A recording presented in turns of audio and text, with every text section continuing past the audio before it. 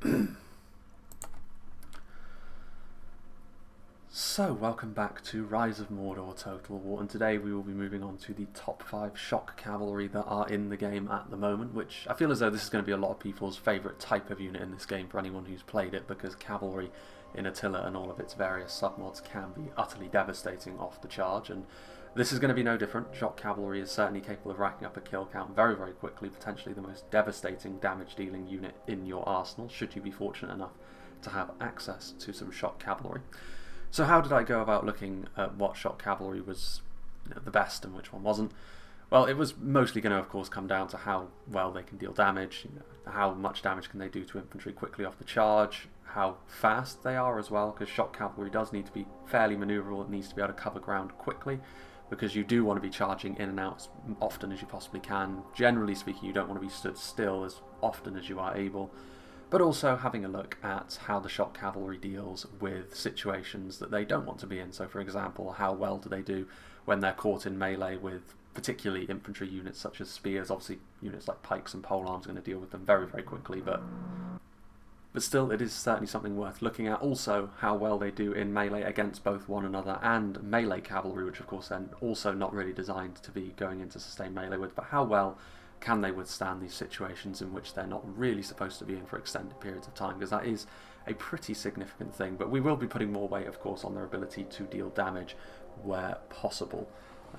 So yeah, it's really a rather simplistic unit when you come down to it, although in many ways going through how it was tested was also maybe a little bit more involved, because getting the AI to play ball with you when you're trying to test your cavalry in a vacuum is a little bit more demanding, but even still I think we managed. And to be honest as well, in much the same way as the other two lists I've done so far, it's fairly obvious where certain units are going to be better than others and so on and so forth. Like you can make predictions beforehand, and generally speaking they did play out. Once again, there is one potentially contentious decision on this list. I mean, it could have really gone either way, and there were reasons for putting one unit in first and one unit in second. You could interchange them, to be honest, but more on that when we get to that point. We will start off, of course, with number 5. So, starting at number 5, and I know that we literally just said that we were going to be putting a lot more emphasis on the attacking attributes of the unit, but we're going to be looking at the exception to the rule right away here, with the Serpent Guards of the Haradrim making their debut on these top 5 lists as well. And like I said, their offensive stats would actually make them above the unit that I have put into 4th. However, we'll get on to the reasons why I didn't put them a little bit higher up the list as we move through, but first of all we'll start off with what they are genuinely good at. And like I said, they are very much an offensive unit, an all-out offensive unit really, which is the primary attribute you want from your shock cavalry. After all, when you have a look at their melee attack and their melee damage, it is really very high indeed. And they have the full charge bonus of 100 as well. Not every unit on this list has got that high of a charge. 4 of them do, 1 of them does not. So there isn't any unit that's going to be able to outdo it in terms of that particular stat. They can only really draw level. And they also have all of the various accoutrements that you would expect to have from a general's bodyguard unit on horseback. They have the ability to form wedge formation. They also have all of the various passives that a general's bodyguard should have, like being disciplined so they don't get affected by the loss of the general, and also encouraging the nearby units around them. One thing that the Haradrim do have, which few factions in the game have as well, is the ability to fight to a greater standard in the desert. So that's a little something that is worth bearing in mind, because desert maps are not extremely rare. You may very well find yourself fighting on one. Would those buffs be enough to push the Serpent Guards up a place into 4th? I do not believe so. And the reason for that is their defensive stats, rather predictably I suppose. And this does come into it, because while they are very fast, while they can avoid fights, while they are very good off the charge, and if you're using shock cavalry as you should, you may not even notice their shortcomings, they are by far and away really the most fragile unit of tier 3 shock cavalry that the game has to offer. And this is in pretty much every respect. Their melee defense is really very low, so if they do get caught in melee, whether it's against infantry, especially against spears of course, or against other forms of cavalry, they aren't going to be able to defend themselves to as high of an extent as or as high a standard as the other units that you'll see on this list. Also their armor values, their missile block chance, everything really about them defensively is just below par compared to the other tier 3 cavalry units. But this is also not too much of a surprise, because in many ways, the Haradrim cavalry force is designed to work together as a whole. They have some pretty good melee cavalry. They, of course, have something that no other faction has in the shape of the Mumakil as well, the elephant class units. So, in many ways, the Serpent Guards being a pure shock cavalry unit really just fits into what the Haradrim's mounted divisions are meant to be all about, and they all have their very specific role, and they're meant to fill that. Something else, however, that does work against the Serpent Guards in this respect is they're the smallest unit on this list. Every other unit of cavalry here will have 70 riders. The Serpent Guards have to make do with 60. So again, it makes their longevity overall less. They're individually easier to kill, and there are less of them, which means as the battle goes along, while charge 1, charge 2, even charge 3, you may very well be working in optimal conditions. The Serpent Guards are going to fall away quicker than other units that you'll see here. But even so, I mean, clearly defined strengths and weaknesses, I suppose, so it makes it nice and easy for me to talk about them. But let's move on to the unit that managed to supersede them in 4th, despite maybe not being as offense-focused, shall we? So, at number 4, we have another faction making their debut on these top 5 lists in the Dunlending tribes, and with their champion Reavers as well, possibly the most singularly impressive unit that they have in their roster, though we shall have to look at the shock infantry before we can actually confirm that. The champion Reavers are, like I said, more defensively adept than the Serpent Guards that we saw before, so we'll go through that aspect of them first of all, because the main thing that will strike you about the champion Reavers is that for shock cavalry, they're going to be pretty decent in melee. Their melee defense is substantially higher than that of the Serpent Guard. They've got good base melee attack, their melee damage is okay also. They're also going to have access to better armour than the Serpent Guards are capable of bringing down. They're also fast enough as well.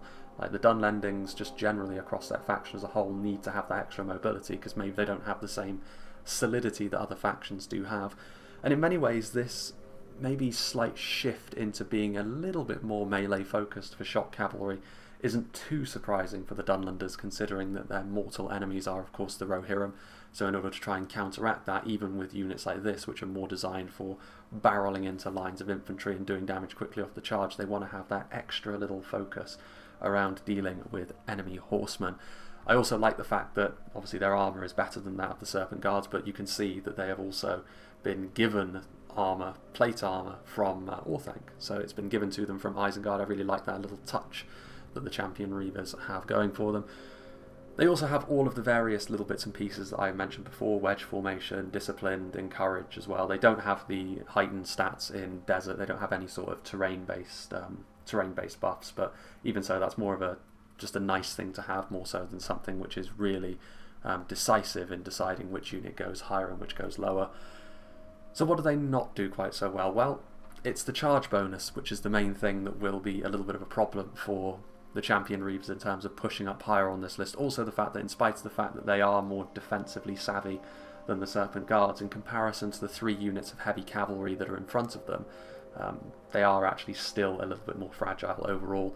But like I said, it's mainly that charge bonus. I mean, 85 charge bonus from a unit of shock cavalry that's coming towards you at full speed, you're still going to bulldoze through most units of infantry as long as they're not ready for you and ready to reflect that charge. But it is still worthwhile mentioning that champion Reavers are not going to have quite the same upfront punch as the other units on this list. Although, to be fair, when they're at full strength, the extra 10 riders means that they can close the gap a little bit more, perhaps, on the slightly smaller unit of Serpent Guard. And that is another reason why the champion Reavers place above them in particular. But yeah, like I said, they are going to be a little bit more focused around being okay against other cavalry in melee, but there is a price to pay for that, and also just generally their slightly lighter nature in comparison to the 3 units which certainly go above and beyond in this category means that the champion Reavers were never going to be able to push further than 4th on this list. Speaking of which, let's move on to number 3, shall we? So at number 3, Dale make their return with the Rovanian Regents, and as you can see they look rather resplendent in their armour. No doubt that the dwarven smiths that are nearby in Erebor have passed on at least a little bit of knowledge to the Dalians here, because as we move into the strengths of the Rovanian Regents, that's going to be one of the main things that you note. They are really rather tanky. Their armour values are really very high. Their speed doesn't suffer from this either. Like, all of these units of shock cavalry are going to have speed on their side. They have all of the standard bits and pieces in terms of their abilities that we've mentioned before: wedge, disciplined, encourage, all of that stuff. Now they are technically classified as very heavy command rather than very or simply heavy shock cavalry. They're not alone in this respect. There are other command units which we can look at as well, although it's very clear that the Rovanian regents are more shock cavalry, mainly because they come armed with a lance and their charge bonus is that full value of 100. And that's really why the Rovanian regents are going to be significantly ahead of something like the Champion Reavers. When you look at them overall, they are tankier in every respect than them, and they're also going to be better at the primary objective of any shock cavalry unit, and that's going to be dealing lots and lots of damage off the charge very quickly. And they're also going to be able to take more damage from missiles at long range. They still have that unit count of 70 per unit. Their melee attack is really very impressive when you combine it with the damage as well. So just in general, they will actually be better against other cavalry in melee than the Champion Reavers as well. Now it is worth saying they're quite an expensive unit at 1725 gold. But again, you get what you pay for in many respects, and there are going to be very few factions that want to see the Rovanian regions barreling towards them at a high speed. You're going to want to have, at the very least, something in your back pocket to be able to deal with heavy cavalry like this, whether it be very strong melee cavalry, pikes, that sort of thing, or at least the infantry that's capable of warding off charges like this. So what do the Rovanian regents not do quite so well? Why are they only in third when, at least on the face of things, they have everything going for them? Well, the truth of the matter is they don't really have anything noticeable like the other two that you can say that, well, this is their very clearly defined weakness in comparison to other units on this list. The truth of the matter is the other two units that are ahead of them are just better, and that's really the only thing to it. The two units that are at the top of the list are genuinely exceptional. The Rovanian regents, not quite able to live up to that level of unit, but again, it's so close at this point. Between the top three, you could honestly interchange them, and the slightest little thing on a battle, in a real battle situation, is going to make one better than the other. So that is worth saying. I mean, it's very small margins, the reason the Rovanian regents are down in third and not in second or even first, but it's by these margins that these lists are decided after all. So yeah, that is going to be the Rovanian regents at number 3, and now we shall move on to possibly the two contentious positions at number 1 and number 2. So, coming in at number 2, we have what could be considered statistically the strongest unit on the face of things on this list. The Gondorians narrowly missing out on a number 1 spot, although this time they are going to be leaning on their allies from Dol Amroth just a little bit with their Knights of the Silver Swan. Statistically a very, very strong unit indeed, very strong melee attack, and if you take everything put together, they are individually, as an individual unit, possibly the strongest. There is one aspect in which perhaps they aren't, but having a look at what they're really good at: melee attack, very good, charge bonus, the full 100 of course, armour, very, very impressive as well, on a level with the Rovanian regents, their speed also on a level with most other units here, missile block chance. In many ways, the top 3 units statistically are very similar with slight variations between them, the Knights of the Silver Swan being perhaps individually the strongest. Something else that they have in their favour as well is they have the active encourage ability. So it's another active ability that you can utilise, which no other unit of cavalry on this list has, which of course just to stabilise your men as they are fighting on the front line, perhaps as you come in for a hammer and anvil strike, or perhaps simply as you're just riding with your units trying to get them to return to the field and fight from routing. That sort of thing can be very useful, and it is certainly a point in favour of the Knights of the Silver Swan. So why couldn't they secure that top spot for themselves then, if statistically they're so impressive and they've got a few little bits and pieces that other units do not have? Well, for a start, they are just as expensive as the Rovanian regents at 1725, which is, you know, another factor which the unit which ultimately places at number 1 has in its favour. That's definitely something worth bearing in mind. You know, cost is important, and Gondor is not exactly a cheap faction in terms of wanting to field a lot of your really strong units. They do have some affordable units, but ultimately it is a big endeavour to field even just one of these units, let alone the full 3 that you can potentially try and field. Another big factor with this, however, other than just the cost, is the fact that there are 65 per unit. So much like the Serpent Guard, they are a little bit lower in terms of the unit count. Now, unlike the Serpent Guard, the Knights of the Silver Swan do have the all-around stats to be able to back this up, and ultimately, based on the test I've had, they were still going to be outperforming stuff like the Rovanian regents, and on an individual basis, even the unit that placed at number 1. However, I think in terms of the synergy, in terms of what the unit that's at number 1 offers to their faction as far as a central pillar to base their entire army around, I feel as though there wasn't really another choice I could have made with regards to that. It was very, very close, though. I think this is another one of those contentious decisions where maybe some people think that the Knights of the Silver Swan here should have been at number 1, although I do feel as though in the end the correct decision has been reached just based on all of the factors put together. And I'm sure those of you who played Rise of Mordor know which unit is at number 1, so let's move straight on to it, shall we? So at number 1, perhaps not too surprisingly making their debut on these top 5 lists are Rohan in a cavalry category with their Knights of the House of Aeol, their most potent shock cavalry unit that they can field. And why do they place at number 1 other than just the fact that they're Rohan and it seemed like the obvious choice? But like I said, it was really extremely close between themselves and the Knights of the Silver Swan. Well, statistically they're very similar to the 2 units that came before them, the Knights of the Silver Swan and the Rovanian Regents. In terms of melee attack, they are level pegging, with the Rovanian Regents a little bit below the Knights of the Silver Swan, but charge bonus all the same. Armour very, very similar to the other 2 units. The only stat really in which they managed to outperform the other 2 is with speed, and like I said, speed for shock cavalry is a big deal. Having a speed value of 85 means you're going to be able to cover the ground faster than any other unit of shock cavalry on this list. Very, very important, a big feather in their cap. Something else which is more of a aside really than anything else is the fact they do have character versions of these units, so you can have King Theoden or Prince Theodred. They don't offer anything other than flavour really, but it is still neat, and I'm sure as the game goes along we'll see stuff like Imrahil in a unit of the Knights of the Silver Swan, stuff like that. But for the time being, it's something that Rohan, I think Mordor and Dol Guldur have exclusively to themselves. But yeah, it is cool. They also have the full unit count of 70, much like the Champion Reavers and Rovanian Regents we've already talked about. So that extra 5-man count really did make a big difference when it came to me deciding between the 2, because while it's not an awful lot in the grand scheme of things, it is still a big deal.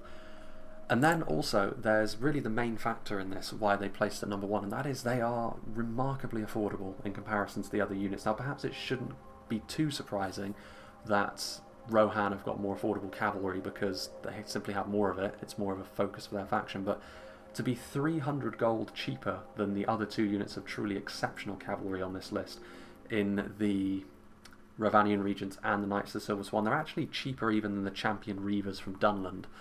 The only unit that is cheaper than them is the Serpent Guards, and even then it's only by 25 gold.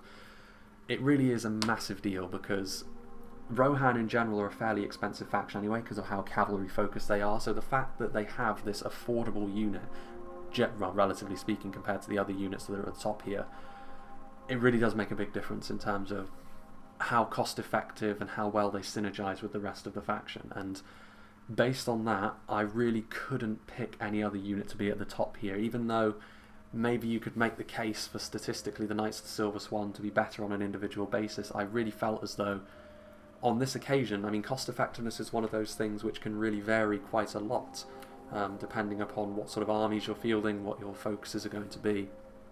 But I felt like it was too much of a difference to ignore. I mean, a unit that's capable of destroying enemy lines in the way that this is, to have such a saving in comparison to the other units that are on a similar level to it, I couldn't really say anything else. And also, something is rather fitting about the Rohirrim occupying the top of this list, isn't there?